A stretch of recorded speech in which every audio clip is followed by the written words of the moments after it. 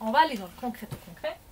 Alors, le secret de l'alimentation, le bon sens dans l'alimentation, c'est l'équilibre. Et rien de plus. C'est tout ce qui est en excès n'est pas bon. Mais même si vous essayez de manger que yang, c'est pas bon pour le corps. Il faut de l'équilibre, il faut le juste milieu. Légèrement yang, vous avez vu, l'équilibre du corps, c'est pas 7, c'est 7,4. Donc il y a un petit bout qui cherche à tendre vers le plus chaud, vers le plus yang, vers le pH un peu plus basique. Mais c'est juste une toute petite partie. Donc il faut toujours un tout petit peu plus de yang que de yin. Il faut se dire, je parle des aliments naturels, hein. Je ne parle pas de ce que l'industrie a fait pour nous. Mais rien n'est mauvais pour le corps. Dans les aliments naturels tels que la nature les a conçus, rien n'est mauvais pour le corps. Même quelque chose qui est un poison peut à un moment donné nous sauver. C'est la médecine qui fait ça, la médecine des plantes, ça a toujours fonctionné comme ça. Hein. Dans beaucoup de médicaments, ils sont issus de plantes toxiques. Mais parce qu'ils ont préparé d'une certaine manière qu'en fait ils deviennent assimilables pour le corps. Donc il ne faut jamais condamner un aliment, à part tout ce qui est très industrialisé. Mais ça c'est du bon sens aussi. Mais il faut chaque aliment ait sa juste place. Et sa juste place, et bien évidemment, il y a certaines choses qui s'appliquent à tout le monde, et puis après il y a des choses qui s'appliquent à vous. Donc il y a certaines choses qui vont être bonnes pour vous, pas bon pour vous. Et ça, vous l'apprenez. Pas parce qu'il y a quelqu'un qui vous le conseille, mais surtout parce que vous l'avez expérimenté vous-même. Et ça vous oblige d'écouter votre corps et de vraiment aller à la rencontre de ce qui se passe à l'intérieur de moi. Je suis fatiguée aujourd'hui. Est-ce que j'ai juste eu une journée fatigante au travail? Est-ce que j'ai une mauvaise nouvelle? Ou est-ce que l'assiette que je viens de mider ne me correspond pas? Donc, on a oublié ça. On ne le fait plus. On fait confiance à ce qu'on nous donne, à ce qu'on nous prépare, à ce qu'on peut acheter dans les allées du supermarché. En plus, c'est vendu, marketé et tout. Donc on se dit, ah ouais, c'est super. En plus, c'est marqué ça dessus. Tu vois, il y a plein d'oméga 3. C'est du oméga 3, en fait, dans un produit emballé sous vide. C'est un oméga 3. C'est sur l'étiquette. En fait, ça oxyde très vite, c'est pas quelque chose qui est très stable, donc voilà, il vaut mieux acheter ça dans quelque chose, dans une huile tout court. Principe, pour le coup asiatique, de l'équilibre. Mais ça s'applique à tout et n'importe quelle cuisine. Et la plupart des cuisines traditionnelles qui existent, dans tous les pays du monde, sont bien faites. C'est juste qu'on les a perdues depuis à peu près 100 ans, un peu plus. Depuis qu'on a commencé à industrialiser notre alimentation, notre façon de préparer aussi, depuis qu'on a des plaques induction, des micro-ondes et des fours et tout ça, tout ce qu'on n'avait pas avant. Donc, vous avez d'un côté le yin et le yang, l'acide et les bases, le chaud et le froid, et les 5 éléments. Les 5 éléments, on aura, je vais dire un peu dessus, mais on n'aura pas le temps de les voir en détail, c'est une conférence à soi-même. Mais si vous mangez varié et de tous les aliments possibles, vous les avez. Alors, on mange varié et des produits frais.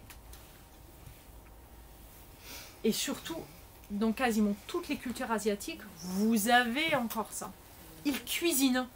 En plus, ils ont manière de couper les légumes dans le sens dans lequel il a poussé pour ne pas trop contraindre son énergie à lui. Parce que lui, l'énergie d'une carotte, voilà quoi, c'est dans la longueur. Donc tous ces fibres sont, comme elles poussent dans la longueur, tous ces fibres sont orientées vers la longueur. Donc on ne la coupe pas en rondelles, on la coupe en tranches. C'est leur façon de voir les choses, mais je trouve ça beau de se dire, mais comment est-ce que je peux traiter un aliment pour qu'il me restitue à moi le plus de ses bienfaits, de plus de son énergie à lui. Et on ne se prend absolument pas du tout, on ne se pose pas ces questions-là. On fait. Et on a rationalisé énormément de processus. Et on a inventé des trucs incroyables. Mais bon, c'est pas forcément bon ça pour le corps toujours. Ils ont développé une sagesse que nous on avait aussi. Les produits fermentés, on les avait, ils existent dans toutes les cultures. Les épices, ils existent dans toutes les cultures. Pour les épices, ils ont fait des guerres. Pour le sel, ils ont fait des guerres et des taxes. Le salaire, Et du sel. ça vient du sel. C'est la rémunération du sel. Donc, toute notre culture a su à un moment donné que ces choses-là sont extrêmement importantes pour le corps. C'est juste que là, en Occident, ça a été remplacé par l'industrie agroalimentaire. Maintenant, on se bat pour avoir encore plus d'additifs alimentaires à Bruxelles. Parce qu'on a déjà vu la notion d'énergie d'aliment. En médecine occidentale, alimentation occidentale, on adore analyser. On adore faire ça. On prend un aliment, on dit il y a tant de glucides, il y a tant de gras, il y a tant de protéines, il y a tant de vitamines, il y a tant de zinc, il y a tant de bidules machin. Et en plus, on l'affiche derrière. Et en plus, ça a tant de calories. Une calorie, c'est une valeur vide. Elle ne veut absolument rien dire. C'est la valeur combustible qu'elle met à disposition pour votre corps. Mais ça ne dit absolument rien sur sa capacité à nourrir votre corps. C'est... Oubliez, il y a du truc très calorique qui sont très bons pour le corps, et il y a du truc très calorique qui sont très mauvais pour le corps. Le Coca zéro, 0 calories, il n'y a pas pire. Alors que la date, extrêmement calorique, plein de bonnes choses dedans. Bon. Ouais, ça fait plein de trucs une date dans le corps. Si vous partez du principe d'une carotte, elle est considérée comme ça aussi en médecine allopathique. Mais en médecine chinoise, la carotte, elle va nourrir les yeux, elle va vous donner de l'énergie, elle va tonifier la rate, elle va tonifier le sang. Elle va avoir tous ces aspects-là. Pas la peine de connaître tout ça. Si vous mangez varié et vous touchez un peu à tout, vous allez finir par avoir un peu de tout et que votre corps il pioche dedans, c'est ce qu'il a besoin. Mais il faut manger un peu de toutes les sortes d'aliments, c'est ce qu'on a vu à la première conférence. Et puis après, il faut prendre du temps. Il faut prendre du temps pour manger. Il faut prendre du temps pour préparer. Aujourd'hui, le tout prêt, tout vite, tout fait en 2 minutes, juste à réchauffer. Et c'est tombé. Tout ce que quelqu'un d'autre a cuisiné à votre place, vous ne savez pas ce qu'il y a dedans. Pensez aux aubergines et à l'intoxication du mari. L'industrie agroalimentaire, c'est à peu près la même chose. La dernière fois, je trouvais ça hallucinant. J'ai raconté ça à quelqu'un dans une autre conférence. Il m'a dit, oui, mais Agrippine a été tuée comme ça aussi. Je me suis dit, même les Grecs, ils connaissaient cette recette-là. Mais c'est incroyable, quoi. C'est les Romains. Nous, dans l'Occident, on ne s'accorde absolument pas du tout assez d'attention à notre alimentation. Ça nous paraît pas important. Plus c'est vite, plus c'est facile, plus on aime. Plus c'est enrichi en sucre et en gras, plus on aime. C'est normal, c'est fait pour vous rendre addict. On peut programmer les enfants dès leur plus jeune âge pour aimer une certaine alimentation. Moi, je l'ai vu sur mes 2 enfants. Mon fils, il a eu que des petits pots que moi j'ai préparés. Parce qu'il a toujours une nounou qui a dit « Ah ben non, moi je vais être en vadrouille, je suis dehors avec les gamins et tout ça, moi faire à manger, ça me fait chier. Donc en fait, vous leur donnez un petit Tupperware, moi je réchauffe. » Donc elle avait 2 mamans en plus qui cuisinaient bien, qui aimaient cuisiner. Donc en plus de ça, elle leur a fait mutuellement tout le temps goûter les plats. Mon fils, il a grandi à la coriandre, au curry, et à des légumes variés. Il a adoré ça, il adore ça jusqu'à aujourd'hui. Et ça, c'était comme ça jusqu'à son entrée en maternelle. Jusqu'à aujourd'hui, alors la cantine, on ne peut plus, quoi. Il mange de tout, il est cool. Ma fille, alors déjà, moi j'allais beaucoup plus mal pendant la grossesse. Déjà, pendant toute la grossesse, elle n'a pas eu tout ce que mon fils a eu pendant la grossesse. Et quand elle est née, elle était un peu avec moi. Et une fois que vraiment la diversification alimentaire va commencer, à 1 an, elle est allée chez une nounou. Et cette nounou-là, elle avait absolument pas du tout envie de cuisiner.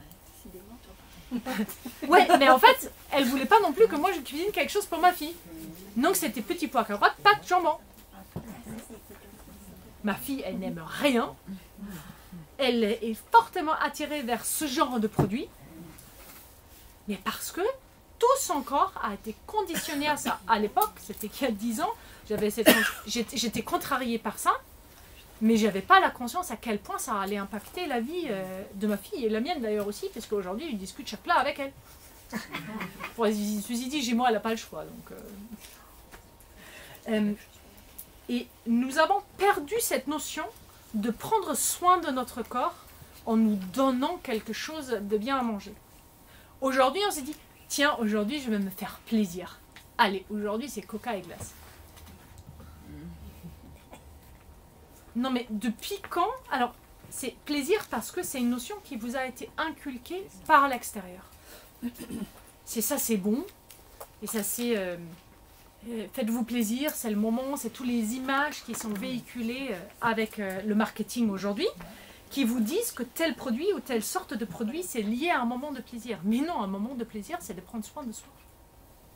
Un moment de plaisir, ça devrait toujours être... Aujourd'hui, je me fais plaisir, je vais m'offrir un repas bien cuit, cuisiné par quelqu'un avec amour, comme Sylvain Degré, avec d'excellentes qualités, avec des produits irréprochables, tout simplement pour faire plaisir à moi et mon corps, pour avoir de l'énergie. Mais on n'a pas cette notion-là. On a vraiment été formaté par le monde autour de nous qui nous dit qu'à se faire plaisir, c'est aller chez McDo. Venez quand vous êtes. En plus, vous êtes le bienvenu. Alors, aussi mal que vous êtes, chez McDo, vous êtes les bienvenus. Ils ont bien soigné leur communication. Mais c'est qu'une communication, c'est pas de la nourriture. Et ça, c'est le cas pour beaucoup de marques. Donc, arrêtez de confier votre bien-être à quelqu'un d'autre, lequel vous ne connaissez pas et dans lequel vous n'avez pas confiance. Vous ne savez pas si vous pouvez avoir confiance.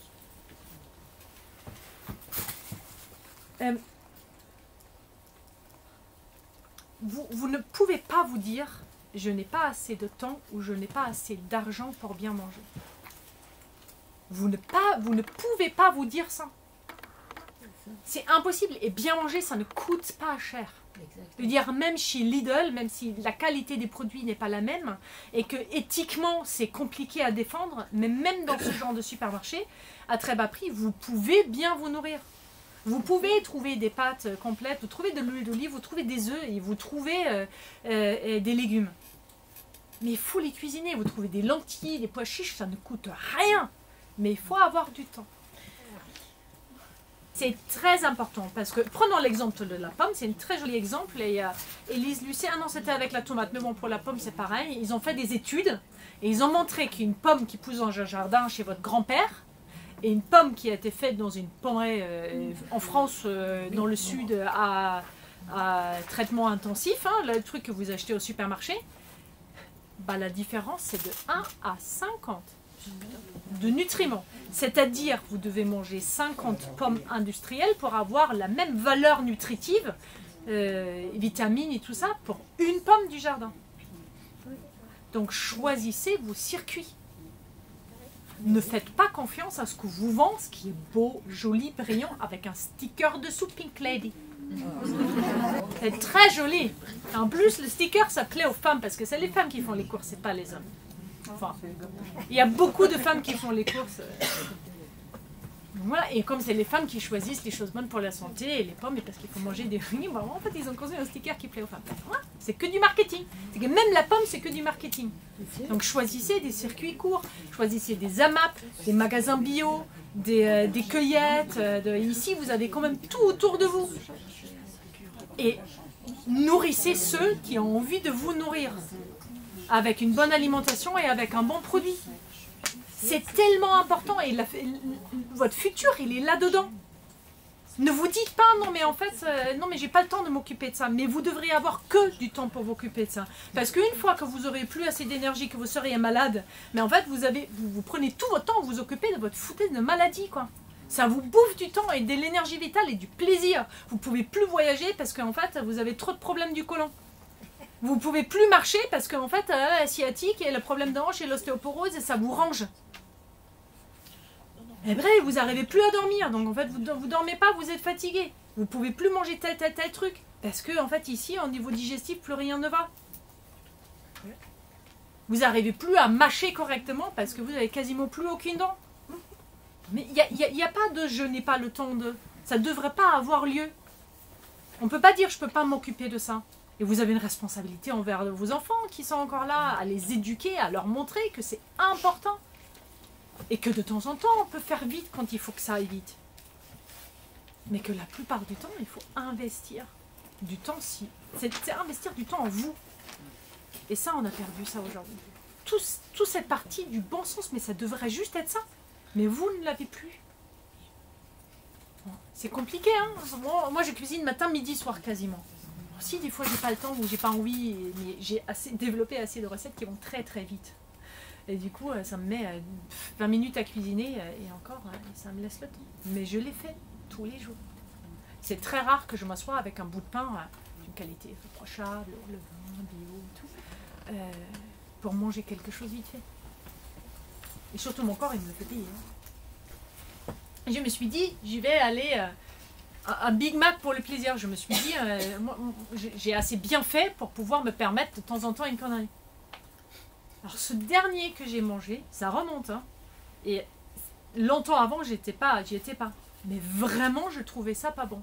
Parce que mon corps s'est tellement déshabitué de tous les additifs alimentaires, tous les glutamates qu'on peut mettre dedans, qu'il n'a plus l'habitude. Et là, il a fait un rejet. Il a dit, alors ça, non. Et j'avais l'impression de manger du papier mâché, quoi. Mais avec trop de sel et du sucre. Mais mon corps, il a ressenti ça comme goût. Mais si vous le mangez régulièrement, c'est juste un exemple parmi d'autres, hein, le Pizza Hut, ça fait la même chose. C'est que votre corps, il va rester là-dedans.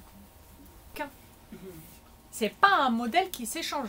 Il faut demander certaines pièces détachées à la médecine allopathique, hein, les hanches, les genoux, les épaules, voilà, même le cœur, ils savent réparer plein de trucs. Le but, c'est quand même pas d'arriver à ça. Le but, c'est quand même de maintenir ça dans un bon état. Parce qu'une fois, quand vous n'êtes pas malade, ça va, finalement, on gère. Mais quand on est malade, comme moi je le suis, et à un moment donné, on s'est dit, mais c'est... enfin, comme moi je l'étais. C'est plus du tout le cas. Mais c'est dur, quoi. Et finalement, c'est la seule porte de sortie que vous avez. Parce que tout ce que vous mettez dedans, c'est ce qui constitue ce que vous êtes. Donc si ce que vous êtes n'est pas bon, c'est ce que vous avez mis dedans, c'est pas bon non plus. Donc il va falloir changer.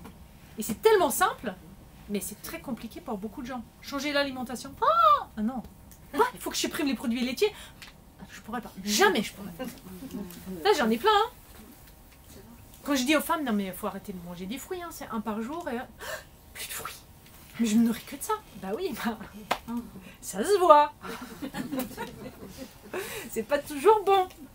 Ça veut pas dire que les fruits sont mauvais pour le corps. Ça veut pas du tout dire ça. J'étais très... Alors j'ai un petit doute, il faut que je lui demande quand même, parce que Sylvain, la table de Sylvain, c'est un resto à Brive qui cuisine vraiment extraordinairement bien, des produits de saison qui viennent de 10 km de alentours. Enfin, c'est vraiment super, c'est un chef. Et aujourd'hui, il fait ça chez lui, dans un petit resto. Et la dernière fois, ces menus sont toujours conçus pareil. Et souvent, à l'entrée, il y a une assiette avec des crudités, mais il y a aussi des houmous, des trucs lacto-fermentés, plein de choses bonnes dessus. Et la dernière fois j'étais servie, et je me suis dit, tiens, sur mon assiette, pourquoi il n'y a pas de chou-fleur? Et il y avait des petits choux-fleurs sur l'assiette des autres. Des vinaigrés. Ouais, c'était du chou-fleur vinaigré qui était délicieux en plus avec du curry. Donc il était équilibré, épices plus vinaigre, et il était parfait. Mais je pense qu'il m'en a pas mis parce qu'il n'a pas osé me mettre le truc vinaigré. C'était très bon, dommage pour toi. Parce que c'est une question d'équilibre. Il n'y a pas de bon et de mauvais si vous arrivez à mettre... à manger de tout. C'est finalement, même sans le savoir, si vous faites des choses variées, ça s'auto-équilibre. Et si vous rajoutez les petits trucs que j'en ai dit la dernière fois, les bonnes huiles, les épices, les herbes vertes et tout ça, ça va, on s'en sort bien. Mais voilà, ne pas aller trop dans les extrémismes. Moi, je mange des produits laitiers, je mange un bon fromage de temps en temps parce que j'adore ça. Je ne peux pas en manger beaucoup, mais j'adore ça. Et je les paye au niveau de la digestion. Je sens tout de suite que j'ai mis quelque chose dans mon corps qui n'en veut pas. Mais je me dis, allez, aujourd'hui, j'en prends un petit bout, parce que je trouve ça bon. Du yaourt, non, ça passe plus. C'est plus un plaisir pour moi. Je vais manger des fruits en été. Je vais manger des trucs vinaigrés, parce que des fois, c'est bon. Mais je vais l'équilibrer.